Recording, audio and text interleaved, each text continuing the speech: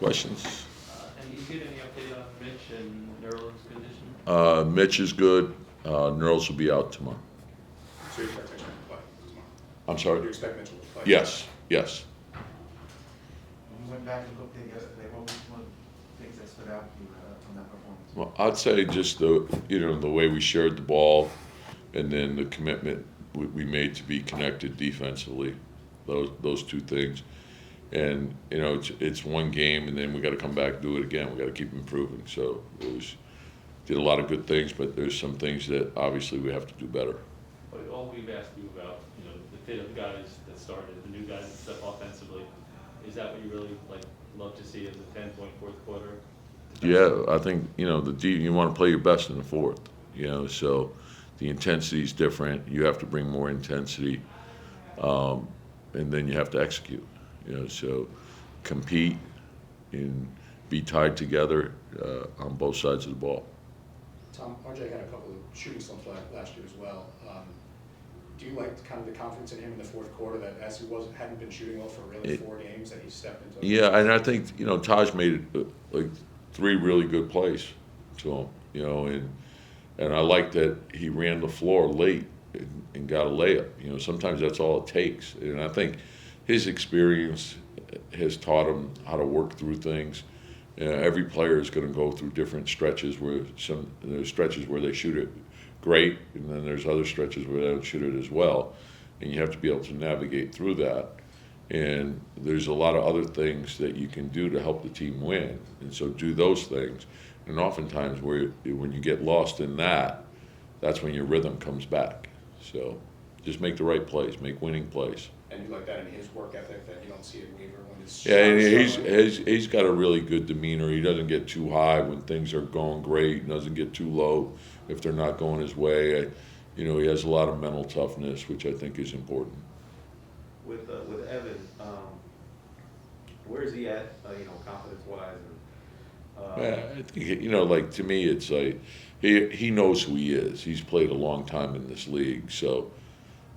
Again, he's got to catch his rhythm. He made a number of good plays. I thought that the way he was coming off on the pick and rolls, the way he was coming off screens, he'll find his way through this. Is it nice when you have a backcourt tandem on the bench like Rose and Quickly, where if the other guys aren't hot, you can kind of go with whichever pairing. Yeah, and throw Alec in there as well, and they can play multiple positions, so you can mix and match as you're going down the stretch or whatever you might need, and they all have the ability to go off the dribble, so that helps.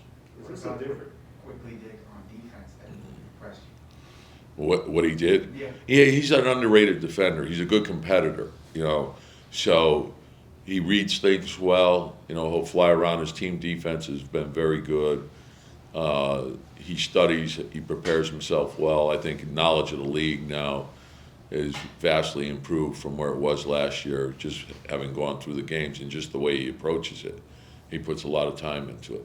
Is this a different kind of roster makeup and rotation than you're used to? I mean, when you only have 2 players averaging over 30 minutes a game, and you seem to be mixing a lot more than you're used to. Well, I think it's the strength of the team, to be honest with you. I think that you have 10 guys, and you probably could go further than that are all capable, and there's not a big difference. And you make a case that the guys on the bench could be starting, and that's the great value of having that type of bench.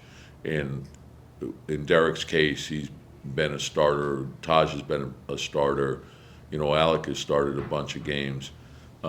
Quickly and Obi are 2 young guys that are getting better and better. So their upside is huge. Each day they get better. And so I love the way the bench is played.